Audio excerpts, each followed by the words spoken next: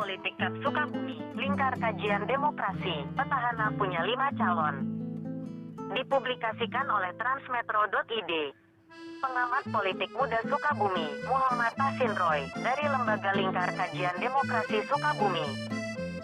Sukabumi, Palabuhan Ratu, pengamat politik muda Sukabumi Muhammad Tasin Roy, yang panggilan sehari-hari Roy, dari Kajian Lingkar Demokrasi Sukabumi, mengatakan, dalam mengamati situasi politik Kabupaten Sukabumi ini, menurutnya, lingkaran kajian kita ini, setiap hari kami selalu mengadakan diskusi khusus dalam mengamati perkembangan dinamika politik saat ini. Jelasnya, kata Roy kepada Transmetro di Gedung Dewan Palabuhan Ratu pada Kamis, tanggal 5 Juni tahun 20 kemarin. Menurutnya, sekaligus kami memastikan bahwa demokrasi jangan sampai menjadi alat kekuasaan. Hal itu memang punya potensi.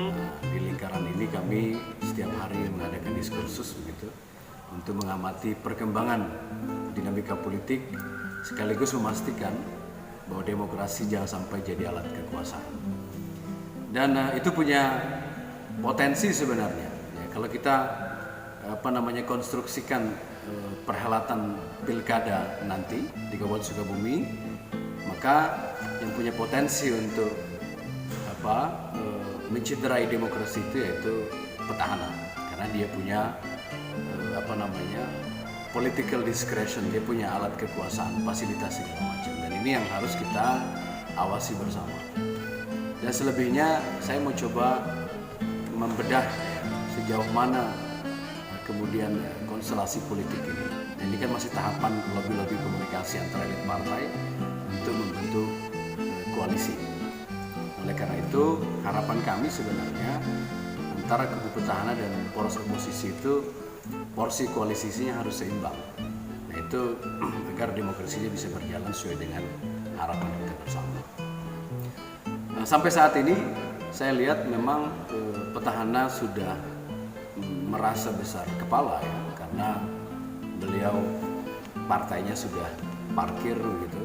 Nah, di sisi lain juga survei elektabilitasnya katanya masih bagus. Nah, ini masih perlu dibuktikan. Artinya kalau kemudian disurvei, ya lembaga surveinya harus jelas. Nah, ini harus disampaikan kepada publik agar publik tahu, kecuali kalau untuk konsumsi internal partai sendiri. Nah, di sisi lain poros oposisi juga sudah siap dengan koalisi hijau ludeng ya. Di situ ada PKB dan ada P3. Ya. Sementara ada di poros tengah ada koalisi Mawar, yaitu ada PAN dan PKS, dan juga ada Gerindra dan PDIP. Pertanyaannya adalah dengan siapakah kira-kira petahana akan bersanding? Kan begitu. Nah, kalau kita melihat perkembangan dinamikanya sejauh ini, petahana sudah mengusulkan beberapa nama. Itu 3 dari kalangan birokrat dan 2 dari kalangan politisi. Itu ada Maman Abdurrahman, ada Asep Jafar, Kepala Dinas Perkimsi, kemudian juga ada Sekda, Yoso Mantri, dan ada Budi Gunawan kalau dari kalangan politisi. Begitu. Tetapi kita belum bisa memastikan. Lagi-lagi saya katakan bahwa untuk mengabstraksikan pikiran politik itu atau membongkar suksesi di balik layar itu kan butuh kejernihan, kan begitu. Oleh karena itu yang paling penting adalah tolak ukurnya, parameternya itu adalah lembaga survei. Nah, di antara 5 orang yang diusulkan tadi, siapakah kemudian hasil survei yang paling tinggi? Kan begitu. Nah, maka kemudian berseliweranlah di media sosial itu bahwa yang akan mendampingi Marwan Mami adalah Yoso Mantri. Kan begitu. Karena sejarah politik menjelaskan begitu. Tetapi tentu ini juga harus jadi pertimbangan. Karena kan Yoso Mantri juga harus didukung oleh partai. Kan begitu. Partai mana kemudian yang siap mendukung Yoso Mantri? Tapi lebih daripada itu saya kira ini membutuhkan satu upaya atau kerja keras ya untuk membangun satu komposisi koalisi ini. Nah di sisi lain juga ada Pak Hadjo Sarjono ya. Di petahana tadi ada Marwan Hamami, kemudian di poros oposisi ada Pak Hadjo Sarjono begitu.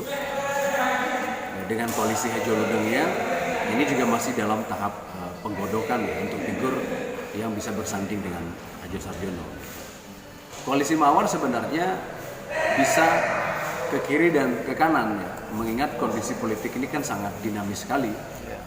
Bisa saja kemudian warna mawar itu berubah menjadi kuning atau dia berarti berkoalisi dengan Golkar begitu, kan tidak haram juga. Tapi persoalannya adalah bagi saya kalau kemudian PKS itu hanya menyerahkan partainya ya, untuk bergabung pada petahana sementara figurnya tidak dilibatkan, saya kira PKS juga telah menciderai ideologi mereka sendiri gitu, kan gitu.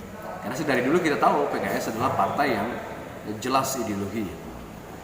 Oleh karena itu, kalau kita baca dari sisi oposisi ini tadi, nah, di situ ada Gerindra ya, dan figurnya ada kadernya dari kader partai sendiri, ini Suyuda Sukmagara, yang ketua DPR hari ini.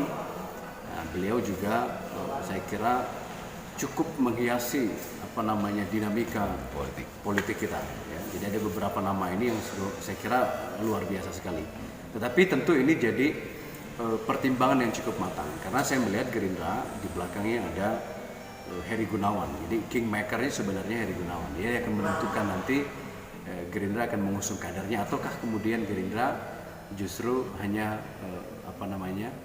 menyerahkan partai saja, kan begitu. Nah, jadi ini kita bisa lihat perkembangannya nanti. Bisa saja kemudian nanti Gerindra bersanding dengan Marwan gitu, atau justru sebaliknya, ya Gerindra berlabuh pada kubu oposisi. Jadi semuanya masih dinamis sekali, jadi masih dalam tahapan komunikasi.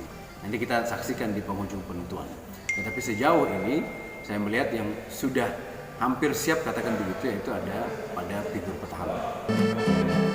Lembaga survei, kemudian disurvei, ini juga lembaganya harus jelas dan disampaikan ke publik.